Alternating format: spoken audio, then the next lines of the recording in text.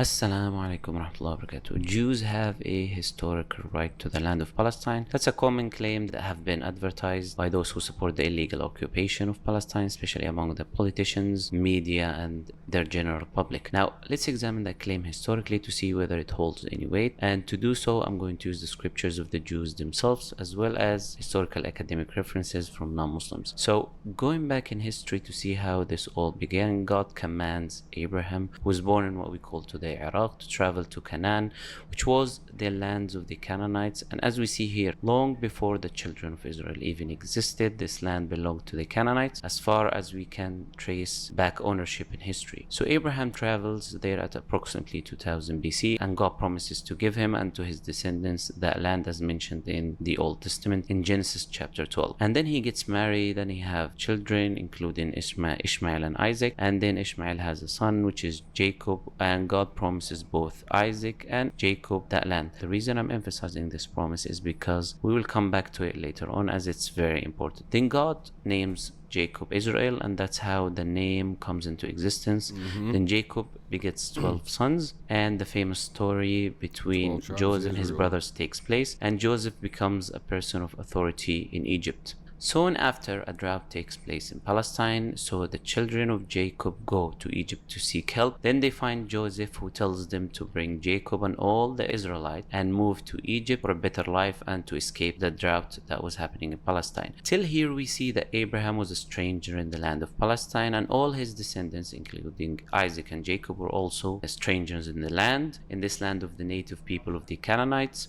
And they eventually decide to leave because of the circumstances in Palestine. Later on, Jacob and Joseph die, and his descendants remain in Egypt happily until Pharaoh starts killing and enslaving the Israelites. And there God sends them Moses, who, as the story goes, take them out from Egypt at approximately 1446 BC and makes his way back to Palestine, again the land of the Canaanites. And on his way, on what is known today as Mount Sinai, we see the beginning of what is known today as the Jewish religion, as Moses received tablets and commandments from God. But the Jews, they disobey Moses and they disobey the commandments of God, and they start worshipping the calf. Therefore God punishes them and ordains that they will be lost in the land for 40 years, so that corrupt generation dies and a new generation replaces it. And God tells them that he will give them the land of the Canaanites once more, which was called Palestine, as documented from empires like the Babylonians and the Romans and the Syrians. So Moses makes his way to the land but never steps foot in the land, and he dies. So Joshua takes command after the death of Moses, and he starts to invade the land of the Canaanites, and the Israelites start wiping out as much as they could from the native people who were living in the land of Canaan, killing both men, women, and children, animals, and even burning their lands, as we can see in the Old Testament in Joshua chapter 6, chapter 8, and chapter 10. So don't be surprised today when you see the occupation forces in Palestine killing innocent women and children, because that's what's mentioned in their books, and that's what they believe, and that's what they did in the past. After that, Joshua gets old, so God commands him to divide the land amongst his 12 tribes, and at approximately 1356 BC, including the lands that they have not yet occupied or were able to take by force. So each tribe can fight for the part of the land that is promised for them, and then God commands them to slaughter everyone who lives in the promised land, and everyone who lives far from the promised land, they can slaughter the men and take the women and the bounties of the land for them, as mentioned in Deuteronomy chapter 20. Then God also promises them that he will kick the people out of that land, and he will deliver the kings of that land to their hands, so they can kill them and remove their names from history, in order for them to fabricate history as if these nations and these kings never existed. And no, I'm not making this up. This is actually what the Old Testament says. Then Judah fights and takes over Urushalim, as was named by the Canaanites, and the rest of the sons and the tribes of Jacob fight for their alleged promised parts of the land, but they were weaker than Judah, so they couldn't kill the natives that live in these other parts of the land like Judah did, and they end up forcing tribute on them. Yes, tribute, jizya, that they always complain about when they talk to Muslims. Anyways, as Judges chapter 1 mentions, they had to keep the natives in the land. Eventually, they couldn't kick them out. And after that, we have the first actual occupation of the land of Palestine at the hands of King Saul, who unites the 12 tribes and makes a kingdom for them at approximately 1051 BC. Then after him, King David comes and King Solomon as well, and he builds the temple for them. But then after the death of King Solomon, the corruption spreads in the land by the Israelites and disbelief starts. At that time, the land was divided into two parts, the Empire of Judah and the Empire of Israel. And the Assyrians invade the land. They took over the whole empire of Israel as well as Egypt. Then the Assyrian Empire started exiling the Jews from the land to what we call today Iraq. After that, and at approximately 612 BC, the Babylonian Empire took the land, and they also took the Empire of Judah, which was the part of the land that was left. And they destroyed the Temple of Solomon and exiled the remaining Israelites to Iraq, which is known as the Babylonian exile at 586 BC.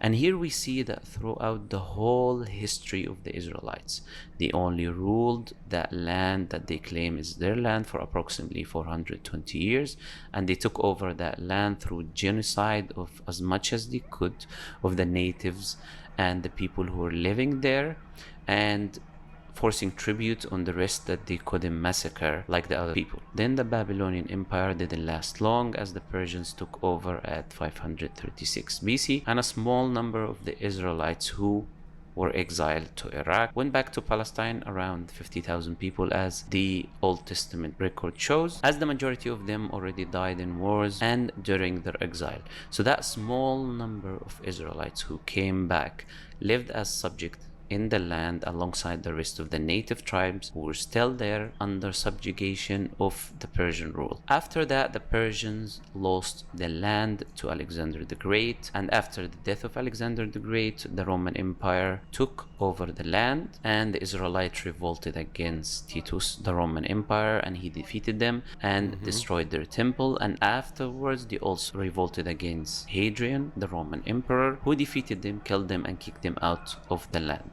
at approximately 132 BC.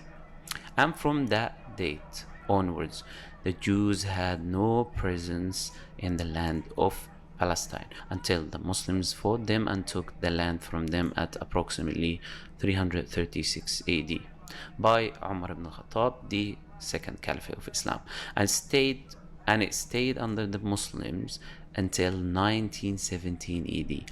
It didn't get out of the position of the Muslims except at 1099 AD, where it fell under the hand of the Crusade, 80 years until Salahuddin took the land back from them. So if anyone has the right to the land because of previous rulership, it would be the Muslims who ruled the land for approximately 1,300 years, in contrast to the Israelites who only ruled for around 420 years. And if anyone has the right to the land from a historical point of view, it will be the Canaanites, who were a group of people who came from the land of Arabia 6,000 years ago, before any Jewish person ever existed, and settled in the land. And many of their descendants became Muslims during Muslim rule, and Palestinians today are from the descendants of the Canaanites, as the historical record shows. Ilian Beatty says in her book Arabs and Jews in the Land of Canaan, the Arab invaders of the land of Canaan during 700 AD made Muslim converts of the natives, settled down as residents, and intermarried with them, with the result that they are now completely Arabized, and we cannot tell where the Canaanites leave off and the Arabs begin.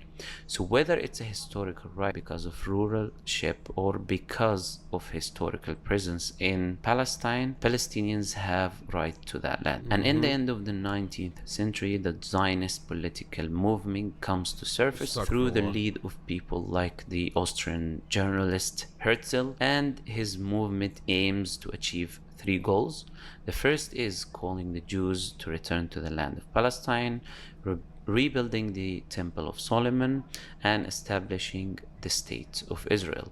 So the first thing that movement did is to organize immigration movements of Jewish population from Europe to the land of Palestine. And the number of Jews who lived in Palestine at 1882 AD did not exceed 3% of the overall population.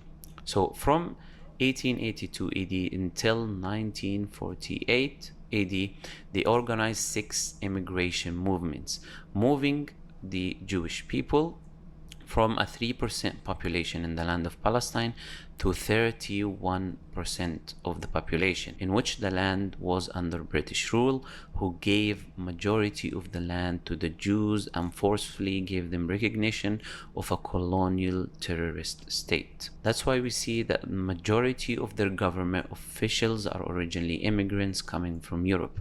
So there is no doubt that Zionists have no claim to the land of Palestine, whether that be politically, religiously, or historically, and they are a group of terrorists occupying a land that isn't theirs by force.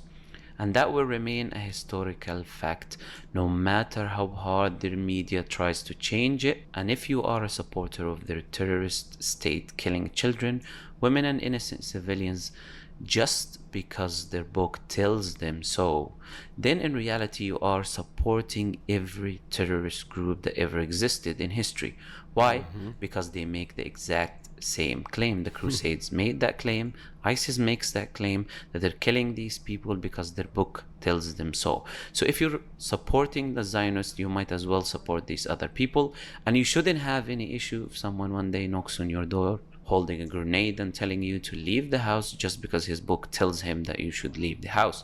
And you should happily give him your house and move and all your family outside, since you believe in that. Now, the truth will remain that they are an occupying colonial terrorist so-called state, and they have no right to that land, indigenous or otherwise.